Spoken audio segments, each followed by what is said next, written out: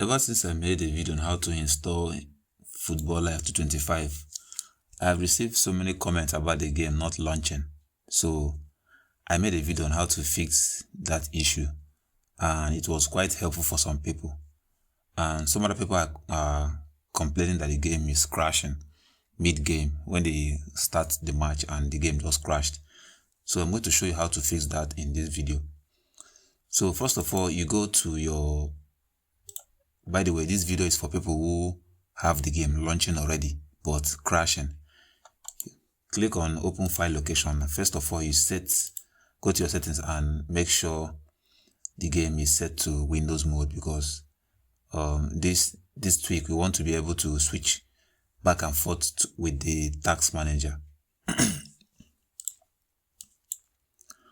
So you go to display and set it to Windows mode.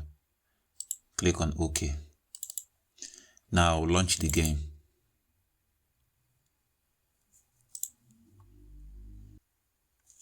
Okay, so when the game finally launches, you go to your task manager. You will see your Football Live 25 over here. Click on details.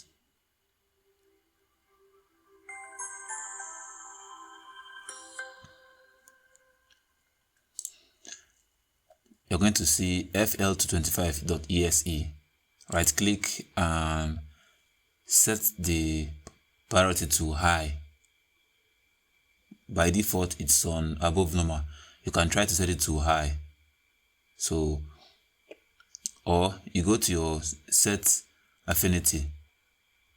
So depending on the cores you have, if you have 12 threads, you are going to see CPU 11. But if you have only 8 threads, you're only going to stop in 7. So what you're going to do here is to uncheck some CPUs. Just uncheck, like maybe let's say uncheck like 6 of it, and click on OK and start your game. Start playing the game on Windows mode, and if the game doesn't crash, you can go back and set it to full screen. But if the game crashes, you go back to set affinity and disable some cores. This won't affect your gameplay. It won't affect the performance much, because this game is mostly GPU bound, so it's not going to affect your game much.